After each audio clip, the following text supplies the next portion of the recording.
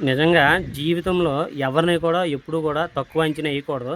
ఎవరి పరిస్థితి ఎలా ఉంటదో కూడా మనం ఎప్పుడు ఎవరము చెప్పలేమనమాట. అలాంటిదే ఈ సంఘటన. మా మేషారు ఉన్నారనమాట. కొంచెం పేదవాళ్ళే ఆయన. ఆయనేంటంటే ఎవరైతే చదువుతారో వాళ్ళకి బాగా ప్రయారిటీ ఇచ్చేవారనమాట. అలాగా మా క్లాస్‌లోన ఎప్పుడు కూడా నాకు తీసేవారనమాట.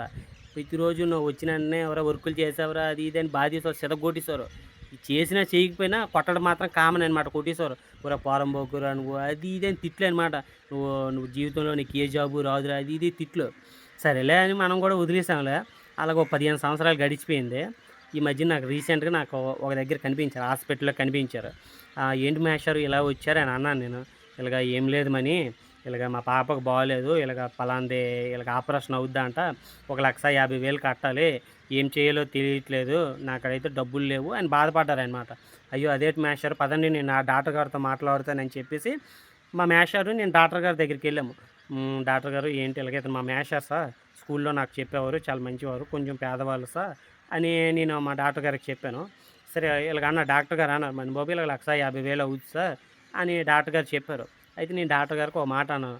"డాక్టర్ గారు కొంచెం చూడండి. ఈళ్ళు కొద్దిగా మా మేషారు నన్ను దృష్టిలో పెట్టుకొని ఒకసారి కొంచెం చూడండి సార్" అన్నాననమాట. అనేసరికి "సరేలెండి. రూ. 1,00,000 మీకు డిస్కౌంట్ ఇస్తాను. ఒక 50,000 కట్టండి చాలు. మణిబాబు మొఖం చూసి ఒక 50,000 కట్టండి" అని అన్నారనమాట. అనేసరికి ఇక మా మేషారు చూడు బయటకొచ్చిన తర్వాత ఇక ఏడుపనమాట. "నిజంగా నువ్వు ఈ స్థాయిలో ఉంటావని నేను అనుకోలేదు మణిబాబు" ఆ! అని ఇక ఏడుపనమాట. "నువ్వు నిజంగా నా కూతురి విషయంలో చాలా పెద్ద సహాయం చేశావు. నీ రుణం నేను ఎప్పుడు కూడా మర్చిపోలేను. నిజంగా ఇది చాలా గొప్ప విషయం ఇది" అని అన్నారనమాట. నేను ఒకటన్నా మేషారు ఎవరి పరిస్థితి ఎలా ఉంటదో ఎవరము చెప్పలేము. ఇప్పుడు నేనేం